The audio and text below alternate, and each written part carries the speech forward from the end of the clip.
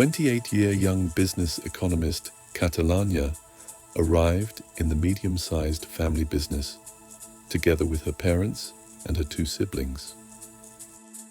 Anyone who knows her briefly could think that the young woman has seemingly already achieved almost everything that you can achieve in life.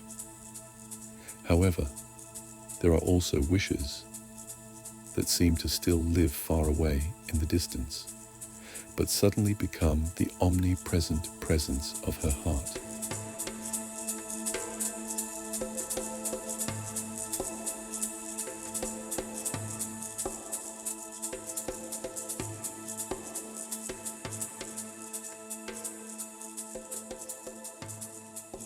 We are in your living room now, where a kitchen is connected as well. And you also showed me that you can cook wonderfully. What do you like about this place? You said you like being here. Yes, well, my apartment is my temple, my place of retreat.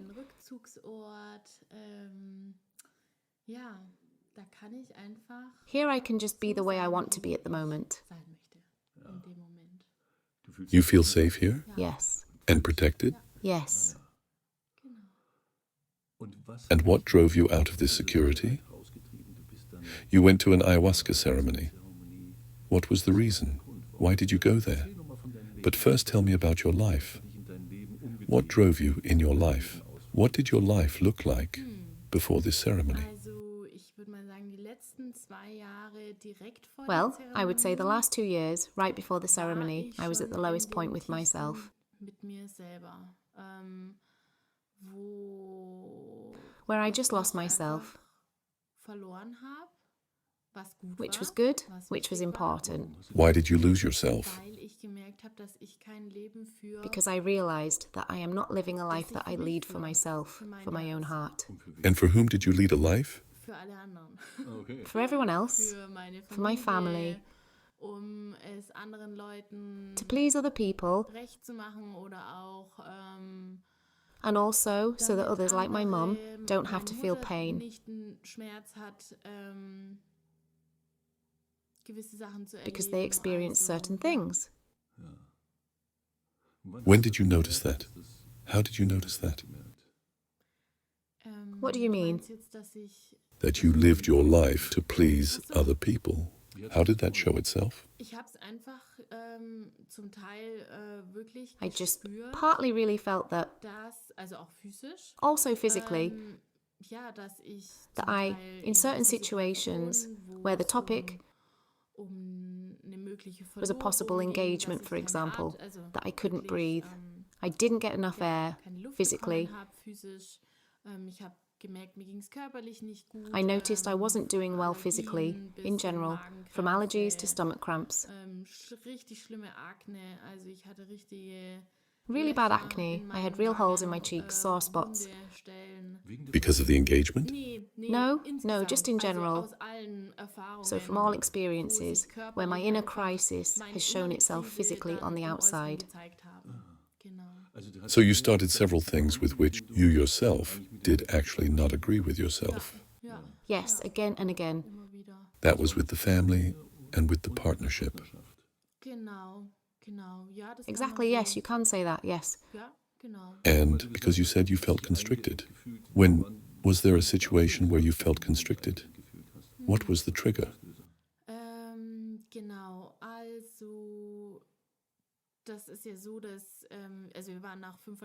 So we were in a relationship for 5.5 years, and at the point where you, of course, think ahead a little bit, right? Somehow you want to make a certain decision. You wanted children, or did you want to marry? Exactly, marry children, everything that goes with it.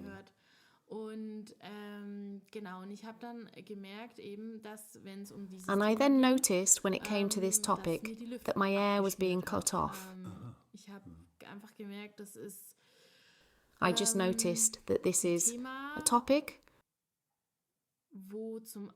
where, on the one hand, it doesn't fit with this person, and on the other hand, it's just a topic that's repeating itself right now, to the point where I'm afraid to look at it, to get married, so to look at this fear of commitment. And what has been repeating itself there? What was that?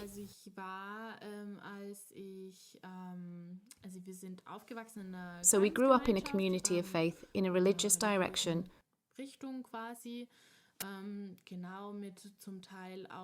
with, of course, at least for my part, beautiful values, but also extremes, of course. That led to the fact that when entering into a relationship, you should, of course, choose someone within your faith community.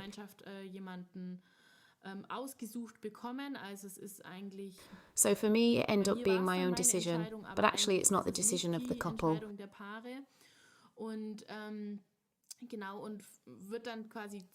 You then get married rather quickly and then start your mutual relationship and start to build love.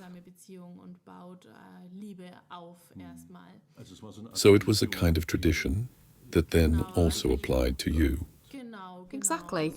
Or the expectation was there at least. Definitely. I felt the pressure for myself on the inside, because my brothers were stronger in that regard and had left earlier. What do you mean by that? Left the religious community. And so the burden was on my shoulders by my parents that I, so to speak, still marry within the faith community or find my life there.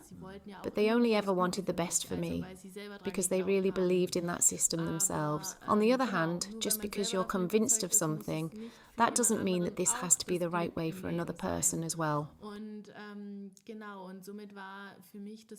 So I felt very strongly that I have to do this, even if my parents never physically forced me to do it. They have always said verbally that I have the freedom, but I knew if I don't do it, my mum just won't feel good. It will eat her up inside and destroy her, because she had already experienced it twice by my brothers. Oh, they didn't do it? Exactly. And then I decided pretty rationally at the age of 17 to go through it that way. Actually, I was even just 16 at the time. Then I turned 17 in November, and in March of the next year, I got married. And was that love? It was actually love. He was, well, he still is, a special man. I am also very grateful for that time, but I knew it wasn't my life.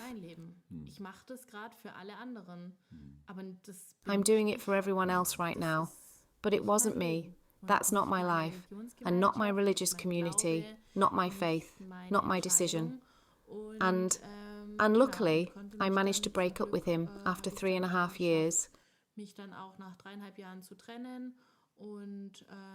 And eventually, we got a divorce. You have to add to that. This religious community, you grew up here in Germany. You were born here. This religious community is also established in Germany, and they have adopted the tradition here. So the origin is in Korea, but it exists in almost all countries, in a larger or smaller form, exactly. And where are your parents from?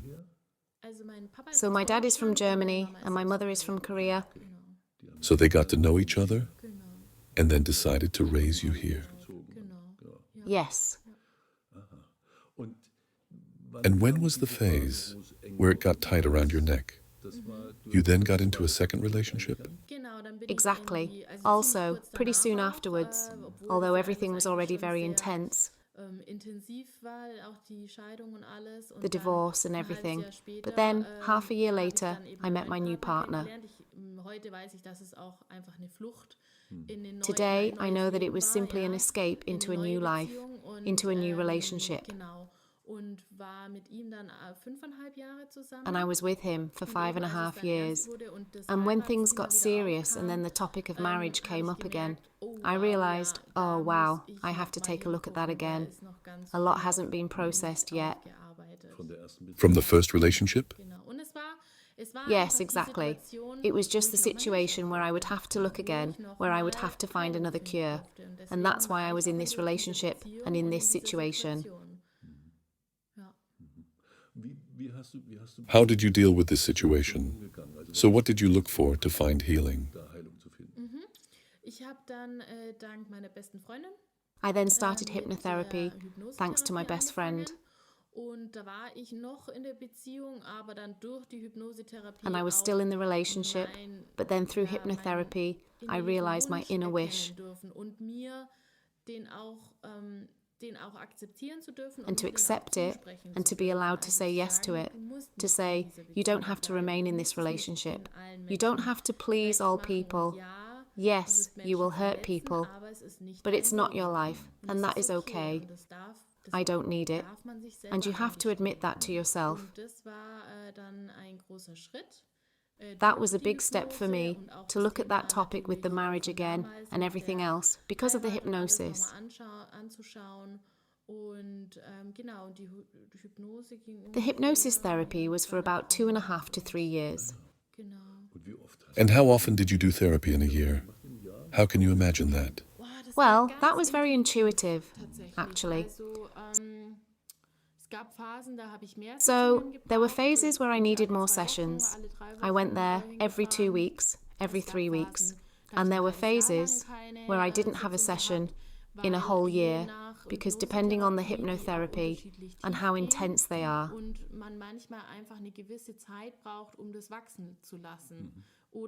Sometimes you just need a little bit of time to let grow what happened there and to realize what the message from the hypnosis means to you and to reflect on it. And that sometimes goes faster and sometimes it takes longer. And did you work with emotions? Or did the stories come up again? How can you imagine that during a session? So for me, it was actually less that I've gone through these pictures again. It was primarily that I was put in different situations that symbolized certain emotions. A feeling of freedom, for example, on a big hill. I saw myself as a little kid during the hypnosis and also felt as a little Katalanya, so to speak, who was chained in a poppy field. So physically chained.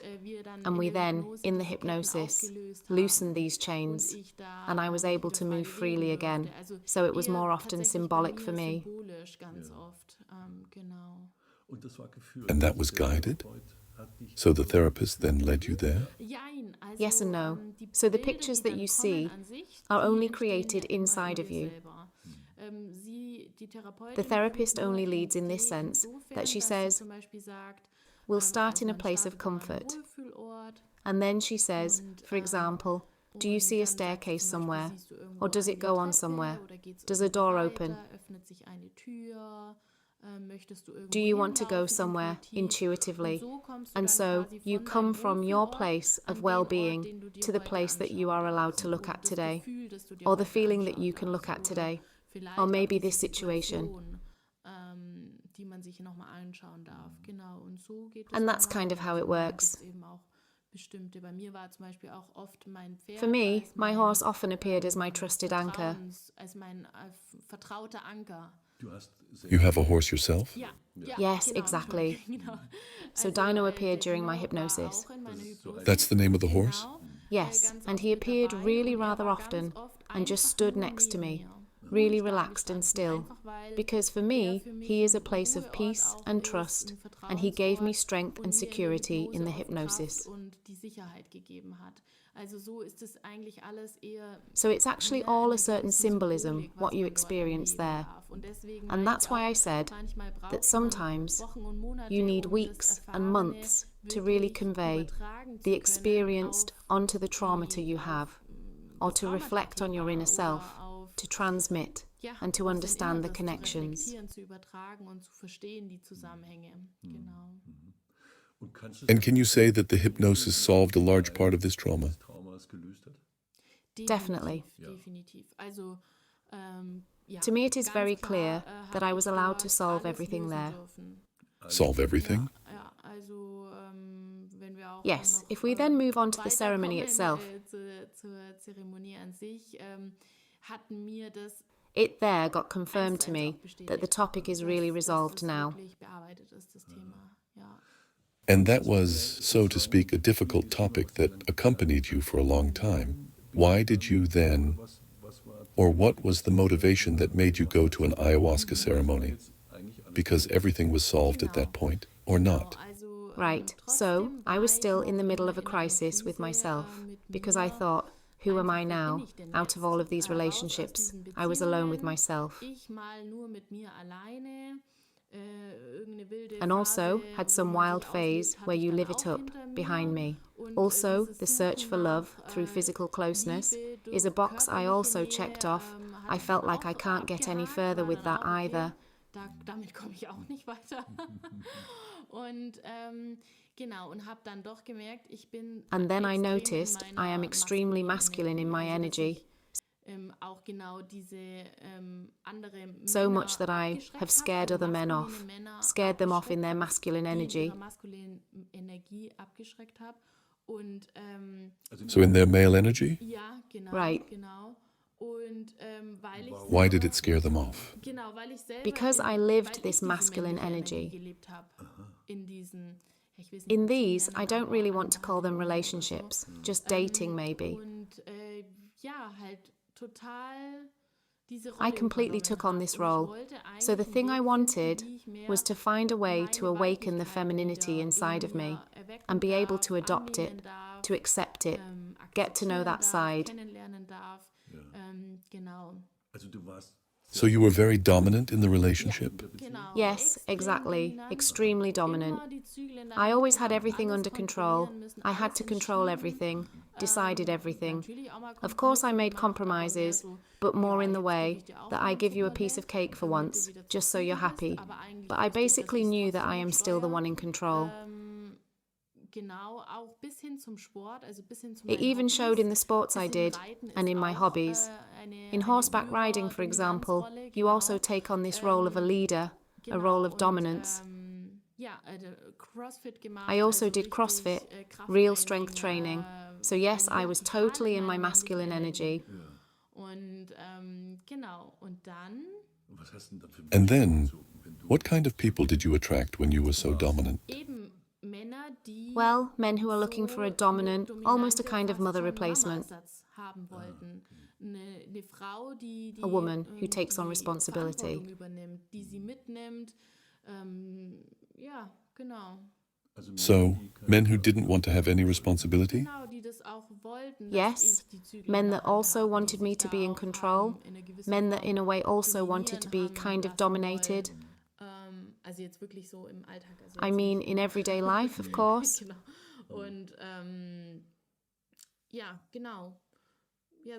A little bit like the typical mummy's boy. And you didn't want that, did you? Number I was always totally like, why? Why another one like that again? That can't be. Until I understood that I attract these men through my masculine energy. And then the topic was, how do I get mine into feminine energy? Things like to trust and to let go. Well, great. How am I supposed to do that? And then I just started researching and tried to find a way to get into my female energy. And that's how I came across a podcast on Spotify, where there was exactly this interview with Alma, where she talked about how you can get into the female power through a ceremony with the plant medicine ayahuasca.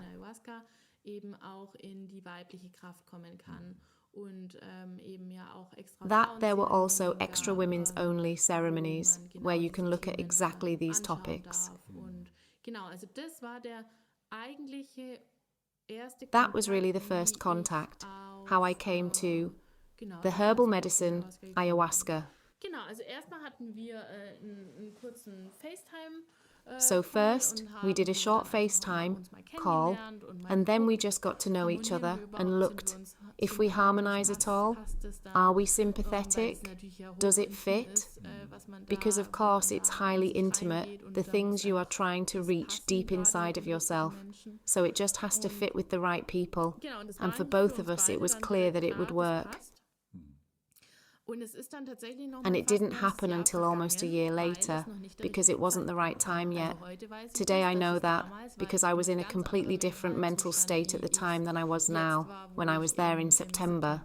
Oh no, I wasn't there in September. When was I there? It doesn't matter so much, but it was a year later, yes? Exactly, a year later. And what was your mental state when you said, yes, now it's time?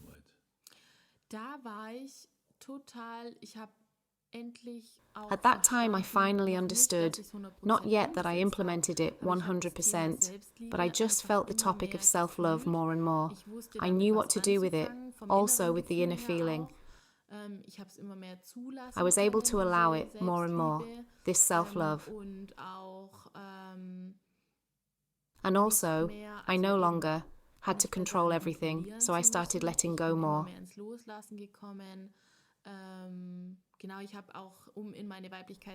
I also, to find my femininity, started dancing, what helped me immensely in my process, because you get into your feelings, you switch off your head, reset the mind completely to only feel that bodily feeling, the female movements. This was a very important point that helped me a lot to get my femininity back, to start to trust and to let go. Does that mean that in your previous partnerships, there was a lack of self-love because the dominance was so great? Or how can you imagine that?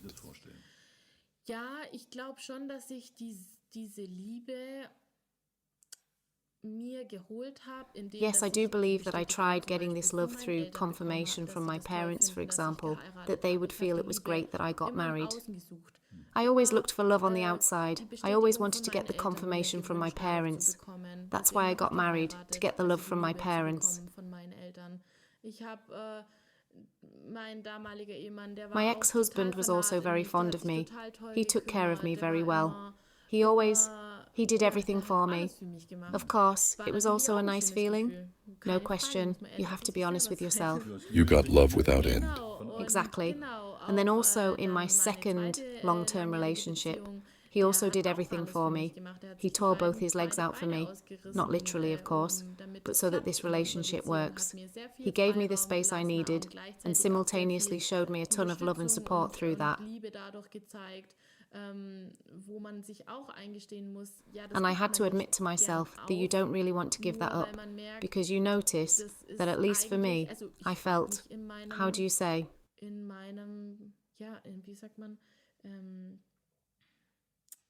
You felt validated? Yes, validated in regard to me searching for love on the outside. I felt comfortable in that relationship, and they were the people that gave it to me. That's why I didn't change anything about it. So it was like when you're in the bathtub with a comfortable temperature. Exactly. And then at some point it got cooler in the bathtub. Yes, right. Then I noticed more and more, no, that's not it. That's not me. And that's not what I want. And that's not what is going to make me happy.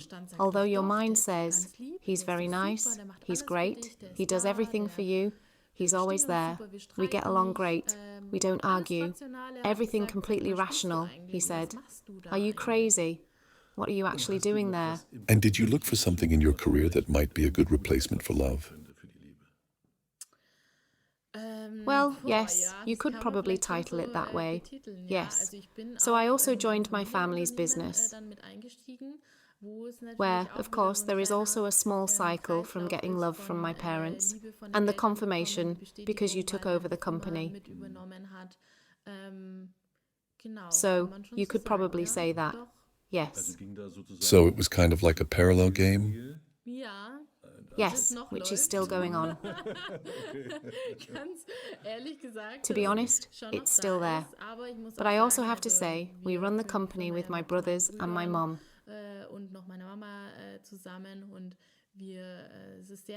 And it's very harmonious and very beautiful. Okay, that just confirms the bathtub principle again, but never mind. Exactly. I think that's another topic I still need to look at. Well, it's allowed to be nice as well. Yeah, exactly. At the moment, everything is okay the way it is. So now you were there and prepared the ceremony. And now it was a different situation again. Now with a herbal medicine. Exactly. How long were you there? How many ceremonies did you do? Also ich war insgesamt 4 Tage dort und habe 2 Zeremonien gemacht. Den ersten Tag hat mich... The first day we arrived, we got to know each other. We had a lot to tell each other as well and had a nice dinner. Haben schönen Abend gegessen. But also went to bed pretty early, which was a perfect decision, looking back. Alma also explained to me that some ceremonies start directly on the day of arrival at night. And I was very, very happy in hindsight that it wasn't like that you just had time for yourself the first night. So that was my very first ceremony anyway. I didn't have any experience before. But she had already experienced ceremonies where you arrive and on the first day of arrival, directly have a ceremony. It started on the outside before it went on to the inside? No. So, basically, you arrive physically at the place, and in that first night is also the first ceremony. Is the first ceremony, yes. Exactly. And that wasn't the case with us. You had time.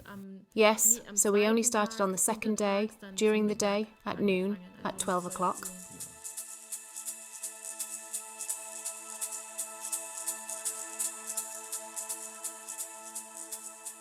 And in the next episode, we learn about Catalanya's encounter with inhabitants of the African continent and how she surprisingly became the carrier of good news.